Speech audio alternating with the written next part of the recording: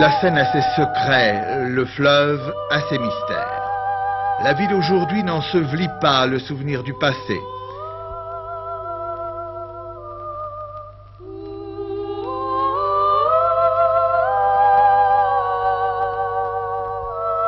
Quillebeuf, dans l'Eure, en amont de Tancarville, sur la rive gauche de la rivière, monte une garde vigilante au chevet de ces énigmes que domine celle du Télémaque.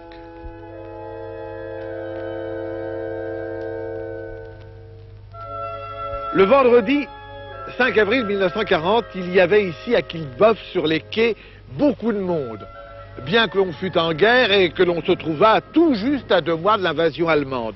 En effet, les frères Cabioche, les scaphandriers rouennais, tentaient d'arracher au fleuve la carcasse du Télémaque. Les travaux avaient commencé le 12 juin 1939. Dès le début, les frères Cabioche, les scaphandriers, avaient remonté une chaîne d'une dizaine de mètres sur laquelle on avait trouvé cette inscription « David Havre ». Cela voulait dire que l'on était effectivement en présence de l'épave sur laquelle on avait travaillé en 1840, 41, 42. En avril 1940, cette fois, on avait fait venir de Rouen 2 pontons d'une trentaine de mètres. On les avait assemblés avec des poutres métalliques et on avait attaché des élingues.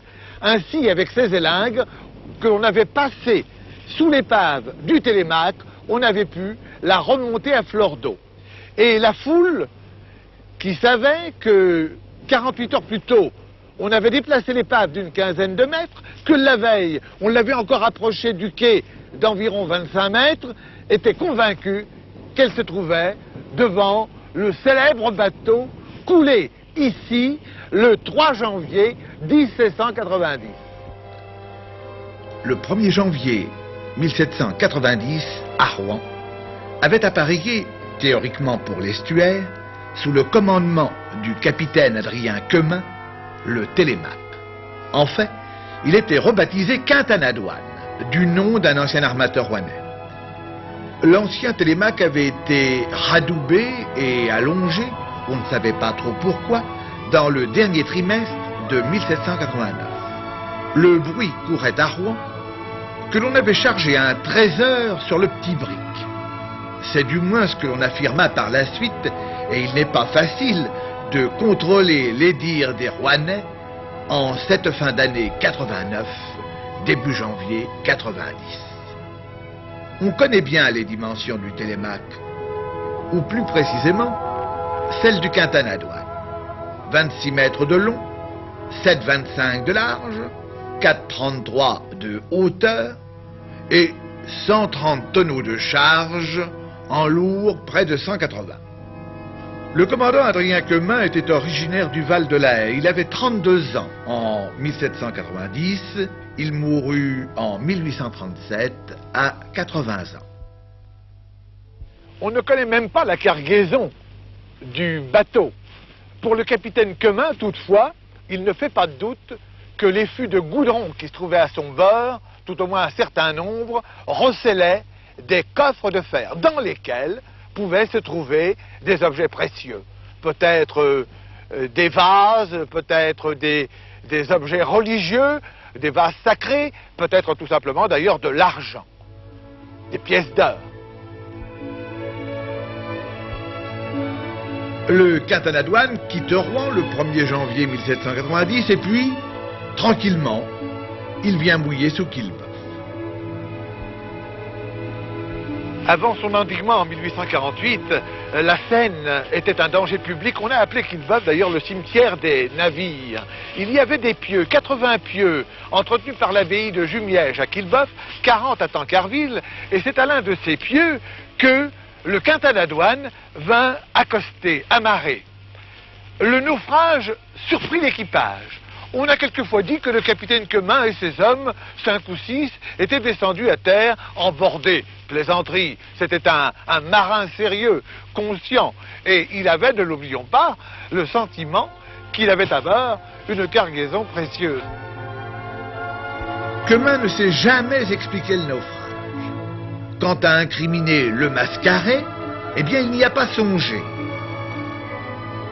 Dans le rapport qu'il rédigea dès le lendemain, il dut faire état de ses doutes, mais on n'a jamais retrouvé ce document à l'amirauté du Havre où il l'avait déposé.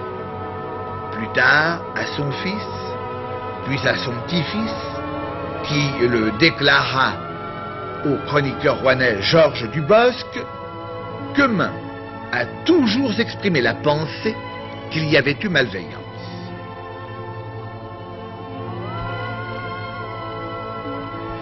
Quemin meurt en 1837 et c'est précisément cette année-là que le Havrais Magny, lui, a l'idée de procéder au renflouement du Télémaque, du Quintin douane.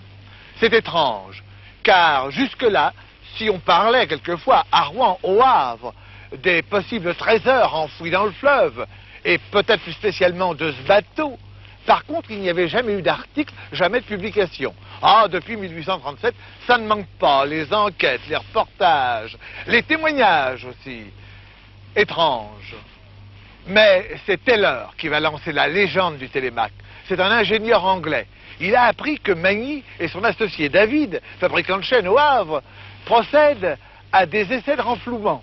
Il vient proposer ses services. Et puis en Angleterre, il publie une plaquette. L'imprimerie U au Havre la traduit, la publie à son tour. Pour Taylor, pas question de faire de littérature, bien entendu. Simplement de chercher des associés, de trouver de l'argent. Des gogos, si vous préférez. Pour allécher les souscripteurs, il ne lésine pas. Il parle du trésor royal, du trésor des abbayes de Jumièges et Saint-Georges de Bocherville.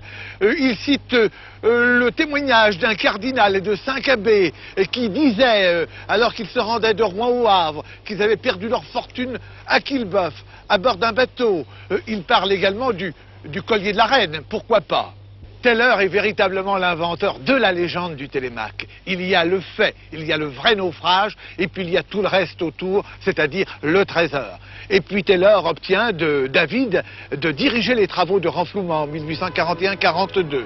Mais bientôt, il est criblé de dettes à Quillebeuf, au Havre. Il ne paie même pas les 25 ouvriers qu'il a fait venir d'Angleterre pour travailler ici, et eh bien, il file à l'anglaise. De 1843 à 1927, on laisse dormir le Télémaque dans le fleuve. On n'en parle pas. Mais depuis 1927, on se rattrape. On parle énormément du petit navire. En 1927, le Rouennais-Vallée. En 1933, un autre Rouennais, Auger. En 1934, c'est Le Loup, le patron de la Compagnie des Abeilles, qui intervient pour son compte personnel. En 1938, surgit une société dont l'animateur est un certain Crétois. L'année suivante, il obtient par adjudication le droit de procéder aux travaux, ceux auxquels participeront les frères Cabioche et un autre scaphandrier du Hamel. En 1940, les finances ne vont pas très bien pour Crétois, et il fait appel à de l'argent frais que lui fournit un Parisien, M. Lafitte, qui fait donc partie des heureux bénéficiaires, si l'on ose dire, du début du trésor tiré de la carcasse. Il s'agit de chandeliers, de pièces de monnaie. L'un des frères Cabioche a mis en effet la main sur un coffre de bois recouvert de zinc, et y a découvert des pièces à l'effigie de Louis XV, Louis XVI et Édouard III d'Angleterre.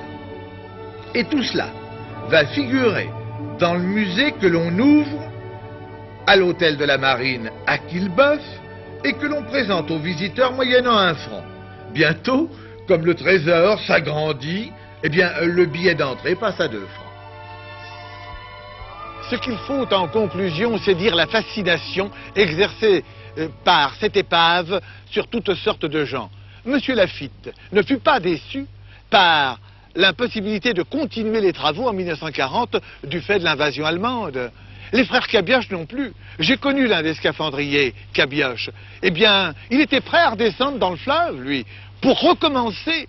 En 1950, d'ailleurs, monsieur Lafitte avait déposé une nouvelle demande Et en 1956, il se préoccupait encore d'effectuer le renflouement. Pourquoi?